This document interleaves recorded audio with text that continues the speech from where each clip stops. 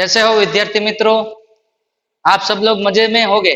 आज हम फिर से हिंदी विषय के अंदर इकाई नंबर 2 हमारी इकाई नंबर 2 जिसका नाम है ईदगाह और उसके लेखक है प्रेमचंद जी। तो बच्चों, आज हम इस ईदगाह कहानी के जो लेखक हैं, इस कहानी के जो लेखक, उसके बारे में पहले हम परिचय लेंगे। आज हमारी कहानी ईदगाह, जो कि एक त्योहार के ऊपर आधारित है,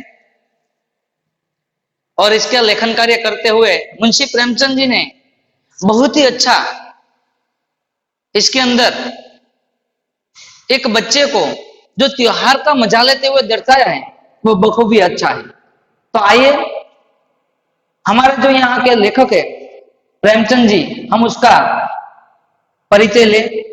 तो प्रेमचंद जी का परिचय।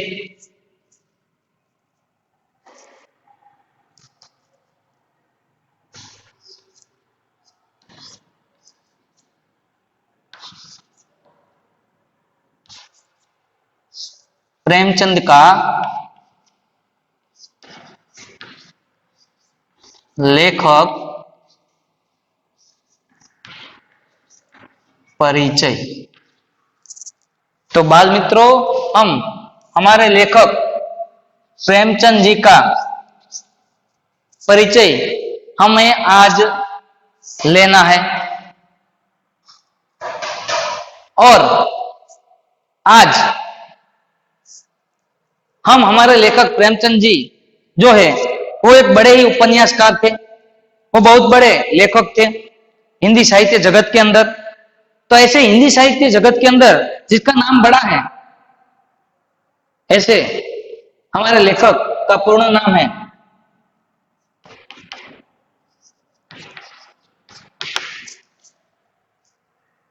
मुंशी, इस लेखक का नाम है प्रेमचंद मुंशी, यानी कि मुंशी प्रेमचंद। उनके पिता का नाम है अजायब राय। मुंशी प्रेमचंद अजायब राय, यह उसका पूर्ण नाम है। यह प्रेमचंद जी का पूरा नाम है। तो इसका जन्म, प्रेमचंद जी का जन्म, तो प्रेमचंद जी का जन्म 31 जुलाई 1880 में हुआ था। कब हुआ था? 31 जुलाई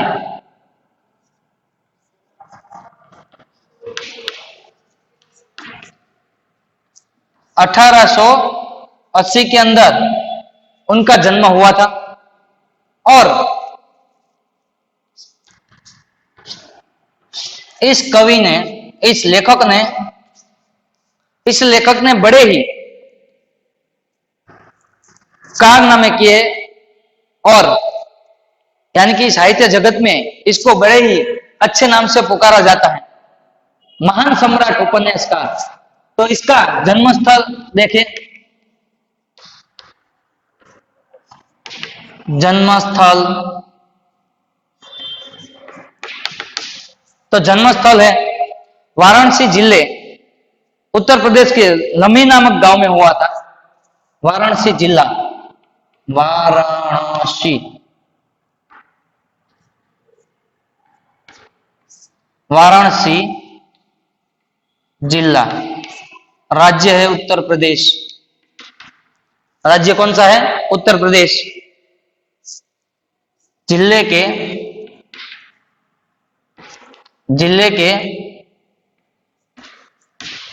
लमही नामक गांव में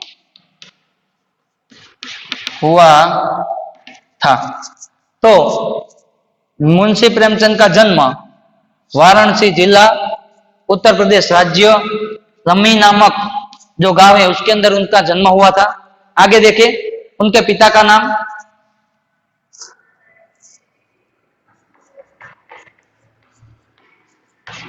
पिता, जिसका नाम है मुंशी अजायब राय। मुंशी मुंशी अजायब राय, और वो एक डाकघर में क्या थे? मुंशी जी। डाकघर के अंदर मुंशी थे। डाकघर के अंदर उनके पिताजी जो है वो नौकरी कर रहे थे, इसलिए उसको डाक मुंशी भी कहते थे। उसकी माता का नाम देखिए, माता, तो उनकी माता का नाम आनंदी देवी था। आनंदी, उसकी माता का नाम क्या था? आनंदी देवी।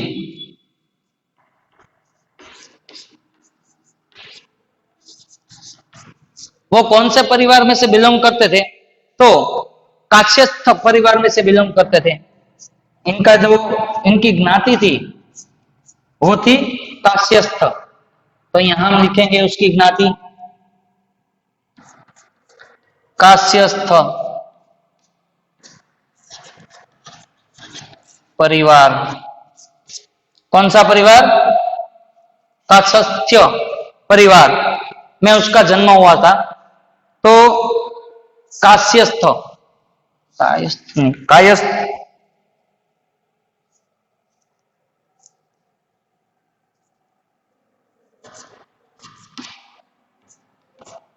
कायस्थ परिवार में इनका जन्म हुआ था। आगे देखे तो उसके बचपन का नाम क्या था? बचपन का नाम उनका धनपत राय था। तो उसके बचपन का नाम लिखेंगे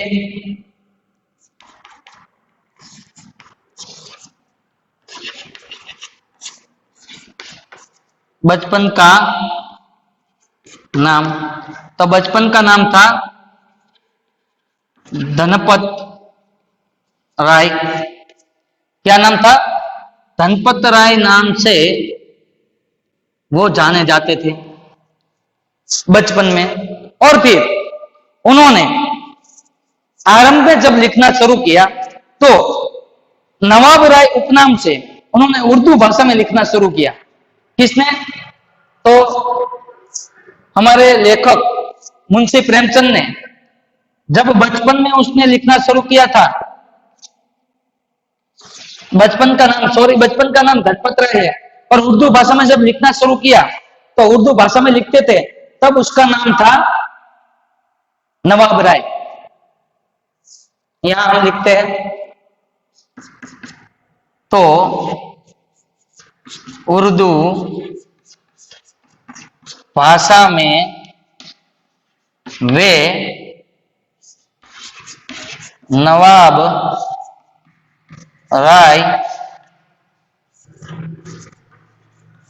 उपनाम से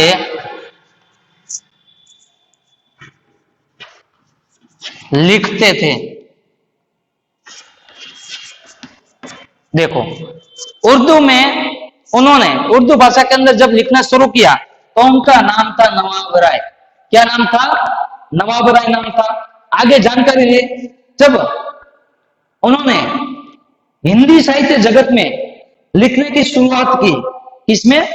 हिंदी साहित्य जगत में उन्होंने लिखने की शुरुआत की, तो हिंदी साहित्य जगत के अंदर उन्होंने प्रेमचंद नाम जो है उसके साथ उन्होंने लिखना शुरू किया।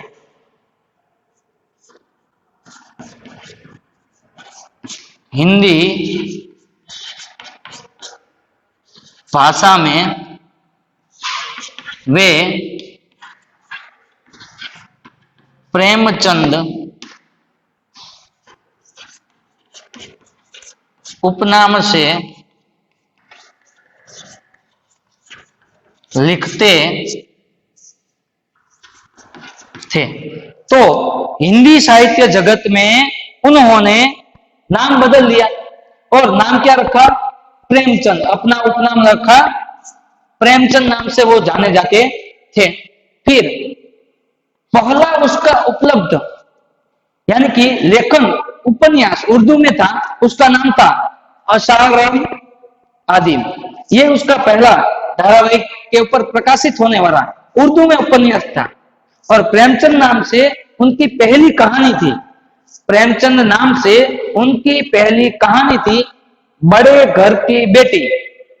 बड़े घर की बेटी उन्होंने पहली हिंदी साहित्य जगत के अंदर जो कहानी लिखी थी उसका नाम था बड़े घर की बेटी, जो एक पत्रिका के रूप में 1910 में अंक में प्रकाशित हुई। बड़े घर की बेटी एक पत्रिका के रूप में उन्होंने जब प्रेमचंद उपनाम रखा तो पहली कहानी लिखी थी। कौन सी कहानी पहली लिखी थी? बड़े घर की बेटी, इस नाम से।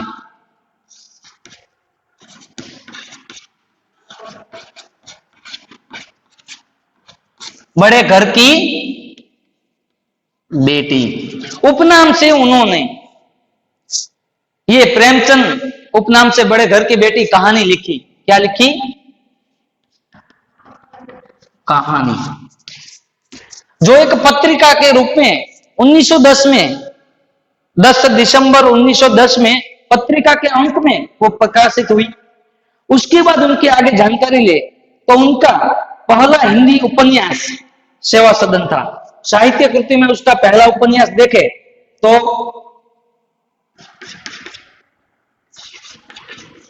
पहला उपन्यास जिसका नाम है सेवा सदन। क्या नाम है? सेवा सदन। यह उनका हिंदी साहित्य जगत का पहला उपन्यास है। पहला उपन्यास हिंदी साहित्य जगत में सेवा सदन नाम से उन्होंने लिखा हुआ है। फिर उनका पहला हिंदी उपन्यास कौन सा था? यह तो हुआ पहला उपन्यास जो उनका हिंदी साहित्य के ऊपर है। पहला उपन्यास की सेवा सदन उसका प्रकाशित हुआ था। फिर उनकी कुछ मर्यादाएं थी। हाँ, उनकी कुछ मर्यादाएं थी। इसके लिए उन्होंने क्या किया? उर्दू नाम से लिखना बंद कर दिया। अंग्रेजों ने उसके ऊपर कड़क कार्यवाही की, उनको पकड़े गए। फिर उर्दू भाषा के अंदर नवाब राय उपनाम जो है वो छोड़ दिया और प्रेमचंद उपनाम रखकर वो लेखन कार्य करने लगे। गांधी जी के सहयोग में आकर वो आंदोलन में भी जुड़े। प्रेमचंद जी ने हमारे भारत के स्वतंत्रता संग्राम में भी गांधी जी के साथ भाग लिया हुआ है। और फिर मर्यादा नामक पत्रिका का संपादन किया था पहले। कौन सी? मर्यादा नामक पत्रिका का संपादन किया था। तो उनकी पत्रिका 3 है। इनकी पत्रिका के हम नाम लिखते हैं।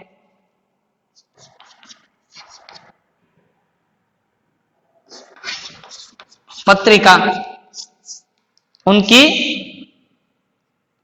पत्रिका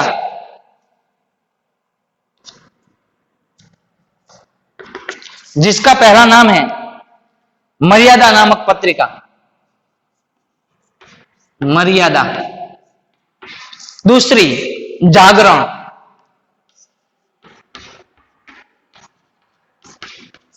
तीसरी जो है वो हंसा नामक पत्रिका है।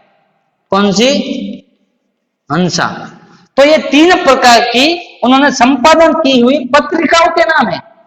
पहली पत्रिका मर्यादा, दूसरी पत्रिका जागरण और तीसरी पत्रिका जो है वो हंसा। इन 3 पत्रिकाओं का उन्होंने संपादन कार्य किया हुआ है, यानी कि लेखन का कार्य इन्होंने किया हुआ है।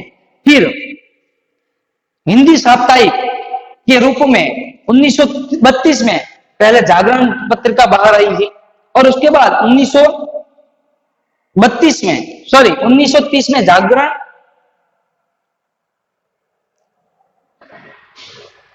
हंसा पत्रिका पहले बाहर आई थी जो 1930 में निकली हुई थी बनारस से प्रकाशित होने वाली 1930 में पहली पत्रिका। उसके बाद उनके बाद जागरण जो है वो पत्रिका थी जिसका नाम क्या था? जिसका नाम जागरण 1932 में बाहर आई।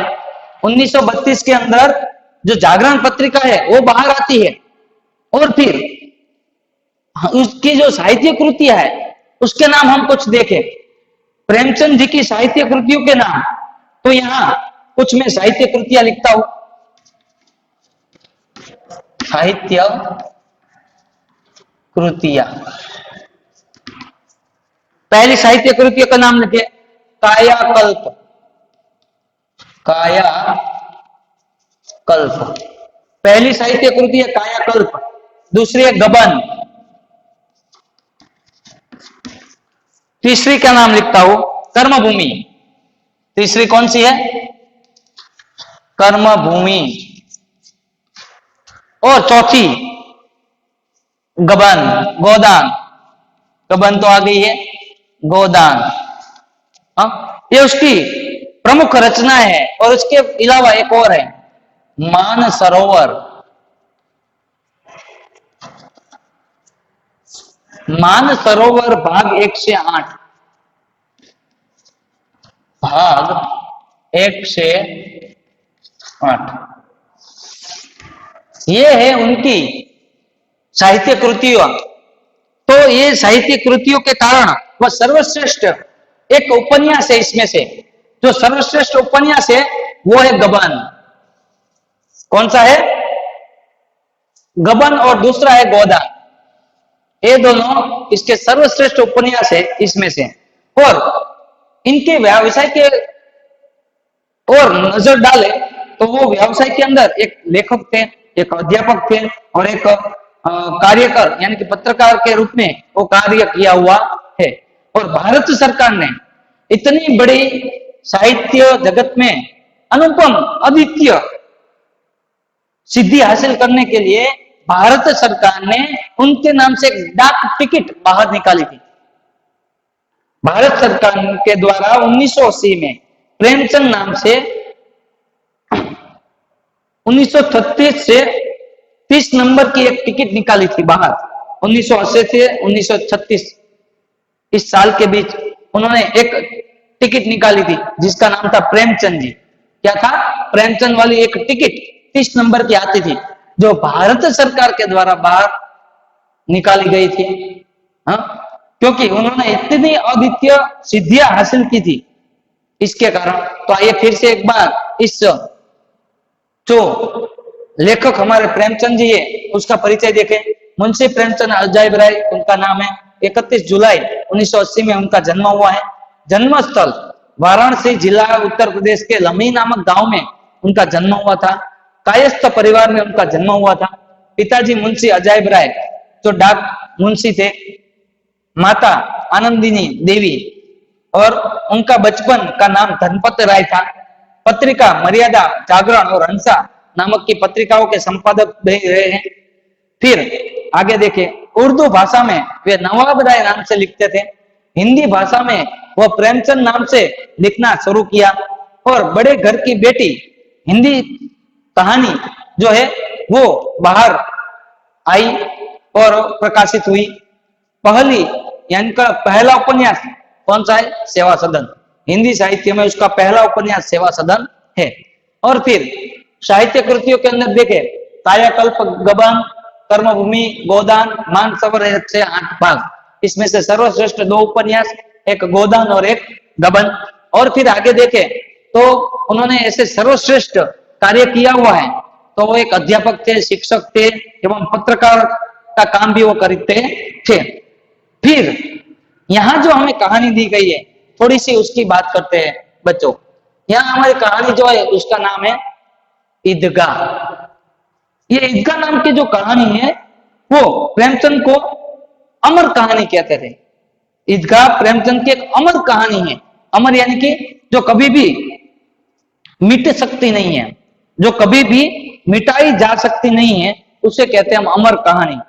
कैसी कहानी कहते हैं? अमर कहानी। तो यहाँ अमर जो कहानी है वो है ईदगाह। इसमें जो पात्र है, इसकी पात्र की बात करें तो इस कहानी का पात्र हमारा हामिद। पात्र हमारा जो पात्र है इस कहानी का वो मेन पात्र हामिद। और फिर एक बुढ़ी स्त्री है जिसका नाम है अमीना। इसकी दादी, हामिद की दादी, दूसरा पात्र हमारा जिसका नाम है अमीना। फिर दो चार दोस्त है इसके, हामिद के दो चार दोस्त है जो हमारे इस कहानी के अंदर आएंगे। लेकिन हमारे दो मेन पात्र, इसकी बूढ़ी दादी, इसकी दादी है, इसकी अम्मी, मम्मी जो है वो मर गई है, यानी कि अम्मी। मुसलमान की जो नाती है उसमें मम्मी को अम्मी कहा जाता है। मम्मी को क्या कहते हैं? अम्मी के नाम से जानते हैं।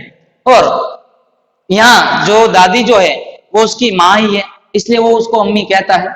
और वो अभी छोटा बच्चा है। अब छोटे बच्चे को क्या पता त्योहार क्या होता है, त्योहार की तैयारी क्या होती है, त्योहार में कितने रुपये चाहिए होते हैं। आजकल के त्योहार तो बड़े ही महंगे हो गए हैं। तो बच्चों को ऐसे कोई बात पता नहीं है। और जो बच्चे नन्हे होते और समझदार होते हैं वो मेले में जाकर भी कुछ खरीदते नहीं है, खुद कुछ खाते नहीं है, बल्कि ये सोचते हैं कि मैं अगर ऐसी कोई कीमती चीज ले जाऊं जिससे मेरी अम्मी को काम आए, जो मेरे घर में उपयोगी हो, ऐसी कुछ चीज ले जाऊं। तो ऐसा एक समझदार लड़का यानी कि हामिद। यहाँ त्योहार का जो बखूबी वर्णन किया गया है वो एक हामिद नाम का पात्र, मुसलमान पात्र है। लेकिन उसके त्योहार की ही बात है, ईद की, यानी कि ईदगाह। ईदगाह, ईद यानी कि इसका त्योहार, और गाह यानी कि उसकी दरगाह जो है वहां नमाज पढ़ने के लिए जाना, ये इसका त्योहार है ईदगाह, जिसे हम ईद के नाम से जानते हैं। किसके नाम से जानते हैं बच्चों? ईद के नाम से। और इस कहानी में एक बालक जिसका नाम है हामिद, जो अपने दोस्तों के साथ, मैंने कहा इसके 3-4 दोस्त हैं, तो अपने दोस्तों के साथ ईदगाह जाता है। कहां जाता है? ईदगाह। मैंने आपको कहा ना कि मेले में जाता है, वहां ईदगाह होती है जहां दरगाह के ऊपर नमाज पढ़ते हैं। सब लोग, मुसलमान जो लोग हैं वो ईद के दिन एक साथ नमाज पढ़ने के लिए ईदगाह के अंदर मिलते हैं, मेला लगता है। हिंदुओं का त्योहार जन्माष्टमी है, वहां मेला लगता है, उसी प्रकार का मेला इस ईदगाह के पास भी लगता है। और सब बच्चे जो है वो आनंद और हर्ष से इतने प्रसन्न होते हैं कि ना पूछो बात। यहाँ हमारा पात्र हामिद भी इतना ही खुश है, इतना ही आनंद में है कि जितने और बच्चे हैं उसके साथ साथ मेले में जाने के लिए भी तैयार है। तो जब अन्य बच्चे खिलौने और मिठाइयां खरीदते हैं, ये गरीब लड़का है, अन्य बच्चे जो हैं वो मिठाइयां खरीदते हैं, कुछ खिलौने खरीदते हैं। लेकिन हमारा जो मेन पात्र हामिद है वो कैसा है? भोली सी सूरत, गरीब सी सूरत इसकी है, फटे टूटे कपड़े पहने हुए हैं, उसके सिर के ऊपर जो टोपी है उसके जो ऊपर का जो गुच्छा है वो काला पड़ गया है, यानी कि उसकी जो गरीबी है वो साफ छलकती है। यहाँ पैरों में जूते नहीं है, बिना जूते वो मेले में जाने के लिए तैयार है। तो तैयारी कैसी होती है? अगर हमारे पास नए नए कपड़े हो तो पहनते हैं, नहीं है तो बाजू वाले से मांग कर भी नए कपड़े पहनते हैं। अगर हमारे जूते टूट गए हैं तो सिलाई के धागे लेने के लिए दूसरों के पास दौड़ते हैं। किसी के पास अच्छे कपड़े नहीं तो अदला बदली कर लेते हैं, मैचिंग नहीं है तो इस प्रकार से त्योहार की तैयारियां चल रही है। तो त्योहार में, मेले में जाने के लिए सब लोग तैयार है। अब मेले में जाकर क्या करते हैं? बच्चों का कार्य क्या है आप जानते हो? चरखी में बैठना, मिठाइयां लेना, खिलौने खरीदना, ये सब बच्चों का कार्य है। इससे खाकर और शरबत, सब मिल के ऊपर शरबत पीकर वो तरो ताजा होते हैं। तो यहाँ भी मेले में जाने के लिए हामिद अति आतुर है। अपनी बूढ़ी अमीना से कहता है, लेकिन दादी को पता है। लेकिन हामिद अपनी बाल सहज इच्छाओं को पूर्ण करने के लिए उसको दमन करके, बाल सहज वृत्तियों का, देखो ये बालक दमन कर रहा है, यानी कि अपने अंदर छुपा देता है, बाहर नहीं निकालता है। क्योंकि अपनी दादी अमीना के लिए चिमटा खरीदता है। अब देखो, बालकों की बाल सहज वृत्तियां होती है, मेले में जाकर वो आनंद में आ जाते हैं, फिर चरखियों में बैठने का आनंद भी उठाते हैं, शबील पे जाकर शरबत भी पीते हैं, मिठाइयों की दुकान देखते तो मिठाइयां खरीदने का मन हो जाता है। तो यहाँ हामिद का भी मन होता है, लेकिन अपनी बूढ़ी अमीना जो थी वो उसका ख्याल करता है। वो सोचता है मेरी अम्मा जब रोटियां सेकती है तो उसकी उंगलियां जल जाती है, उसकी उंगलियां न जले इसके लिए मैं चिमटा खरीदूंगा। और अपनी बाल सहज वृत्तियां जो है, मिठाई खाना, आनंद बनाना, शरबत पीना, ये सब जो उनकी इच्छाएं थी उसको दबा देता है, क्योंकि उसके पास इतने रुपए नहीं है। लेकिन उसके सारे दोस्त कुछ ना कुछ चिमटा, कुछ ना कुछ खरीदते हैं। कोई वकील खरीदता है, कोई बजाने की वो खंजरी है वो खरीदता है, फिर कोई सैनिक खरीदता है, मिट्टी के खिलौने अलग अलग सब लोग खरीदते थे। ये उस जमाने की बात है जब मिट्टी के खिलौने मिलते थे। अभी के जो खिलौने मिलते हैं इलेक्ट्रॉनिक, ऐसे खिलौने की बात नहीं है। ऐसा जमाना भी उस वक्त नहीं था बच्चों, ये तो बहुत पुराने जमाने की बात है। उसमें हमारा पात्र हामिद जो है वो एक अपनी वृत्तियां दबा देता है और चिमटा खरीद कर लाता है। जब चिमटा खरीद कर वो घर आता है तो दादी के प्रति उसका प्रेम, उसकी उपयोगिता जो चीजों की है वो सबके सामने विवेकपूर्ण रीतों से कह देता है, क्योंकि सब उसका हंसी और मजाक उड़ाते हैं। उसके मित्र जो होते हैं वो कहते हैं अबे ओ बुद्धू, तुझे कुछ पता है, हम सबने खिलौना लिया और तूने क्या लिया, ये चिमटा। ये चिमटा कोई खरीदने की बात है?